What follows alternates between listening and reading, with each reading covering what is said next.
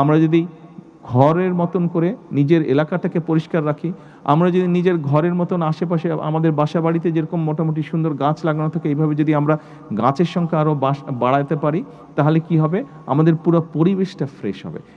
এই যে বাংলাদেশ, তোমরা অনেকেই স্লোগান দিয়েছো সবার আগে বাংলাদেশ, সবার আগে বাংলাদেশ স্লোগানটা তোমরা দিয়েছো বই কি, কিন্তু এই স্লোগানটা না তোমাদেরকে ফিল করতে হবে, তোমাদেরকে অনুধাবন করতে হবে। শুধু স্লোগান দিলে চলবে না। কেন সবার আগে বাংলাদেশ?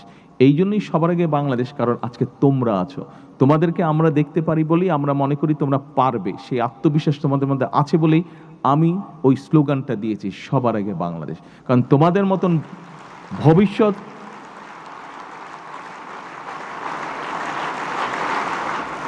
তোমাদের মতন ভবিষ্যৎ যেই দেশে থাকে সেই দেশকে এত টেনশন করতে না, সেই দেশকে এত চিন্তা করতে না, শুধু দরকার ডিসিপ্লিন। আরেকটা বিষয় তোমাদেরকে আমি বলতে চাই, আমাদের সকলকে কিন্তু ডিসিপ্লিন হতে হবে। দেখো, নিশ্চয়ই সোশ্যাল মিডিয়া বা পত্রপত্রিকা বা টিভিতে দেখেছো, আমি নিজে অনেকবার বলেছি তোমাদের আরেকটা, বিশেষ করে এখানে বিএনসিসি তোমরা যারা আছো, এর বাইরে অন্য তোমরা যারা আছো, তোমাদের সবার কাছে আমার আরেকটি হেল্প চাই আমি। সেই হেল্পটা হচ্ছে, দেখো আমরা যেই জায়গায় থাকি, আমরা যেই পরিবেশে থাকি, আমরা যখন বিদেশে দেখি, টিভিতে দেখি বা কোনো ডকুমেন্টে দেখি, আমরা দেখি যে অনেকগুলো প্রায় ভালো ভালো যেগুলো দেশ, ওই দেশগুলো কিন্তু খুব পরিষ্কার, রাস্তাঘাট সব কিছু, বাগান টাগান সব কিছু কিন্তু খুব পরিষ্কার। কিন্তু আমরা চলো যদি যাই বাইরের রাস্তাগুলোতে, যে আমাদের রাস্তাগুলো অনেক ময়লা। এটা তো বাইরে থেকে এসে কেউ ময়লা করছে না, আমরা তো নিজেরাই ময়লা করছি, তাই না? আমরা নিজেরাই ময়লা করছি। আমরা কি সবাই মিলে কি আমরা পরিষ্কার রাখতে পারি না আমাদের দেশটাকে?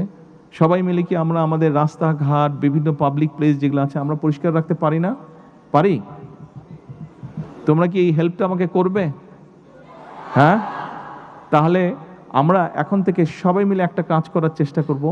আমাদের আশেপাশে কেউ যদি কোনো পাবলিক প্লেসে ময়লা ফেলে, জায়গাটা ময়লা হয়, আমরা পরিষ্কার করব ওটা যতটুকু সম্ভব, এবং যে ফেলছে তাকে আমরা বলবো এই কাজটা করা অন্যায়, তাকে আমরা লজ্জা দিব যে এই পাবলিক প্লেসে ময়লা ফেলতে হয় না, সেটা কাগজ হোক, খাবার দাবার হোক, যেটাই হোক, আমরা তাকে লজ্জা দিব যে এইখানে ময়লা ফেলে যায় না, ময়লা ফেলতে হয় না। আমরা সবাই একটা সুন্দর বাংলাদেশ চাই, কিন্তু আমরা যদি চেষ্টাই না করি, কেমন করে বাংলাদেশ সুন্দর হবে? কিন্তু চেষ্টা তো তোমাদেরকে করতে হবে।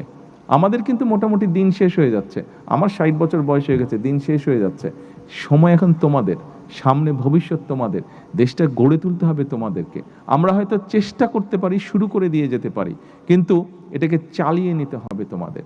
কাজেই দেশটাকে যদি পরিষ্কার করতে হয়, আমরা যদি শুধু বলে থাকি সিটি কর্পোরেশন পরিষ্কার করবে, পৌরসভা পরিষ্কার করবে, দেখো তুমি যদি নিজের বাড়ির কথাও চিন্তা করো, তুমি যেই ঘরটাতে থাকো, ওই ঘরটাতে বাসার সবাই এসে যদি ময়লা করে, তুমি তাহলে কতবার পরিষ্কার করবে?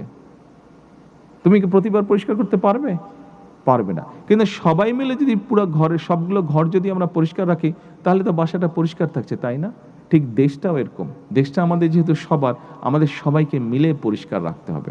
আসো আমরা যদি পরিবেশটাকে ঠিক রাখি, আমরা যদি ঘরের মতন করে নিজের এলাকাটাকে পরিষ্কার রাখি, আমরা যদি নিজের ঘরের মতন আশেপাশে আমাদের বাসা বাড়িতে যেরকম মোটামুটি সুন্দর গাছ লাগানো থাকে, এইভাবে যদি আমরা গাছের সংখ্যা আরও বাড়াতে পারি, তাহলে কি হবে, আমাদের পুরো পরিবেশটা ফ্রেশ হবে। এবং সেই সুন্দর পরিবেশে তোমরা বসে আরও নতুন নতুন ইনোভেটিভ জিনিস তোমরা চিন্তা করতে পারবে, নতুন নতুন ইনোভেট করতে পারবে, তোমরা জিনিসপত্র তোমরা বানাতে পারবে, এবং নতুন নতুন পরিকল্পনা করতে পারবে, যেটি তোমাদের উপকার হবে, যেটি দেশের উপকার হবে, যেটি দেশের মানুষের উপকার হবে।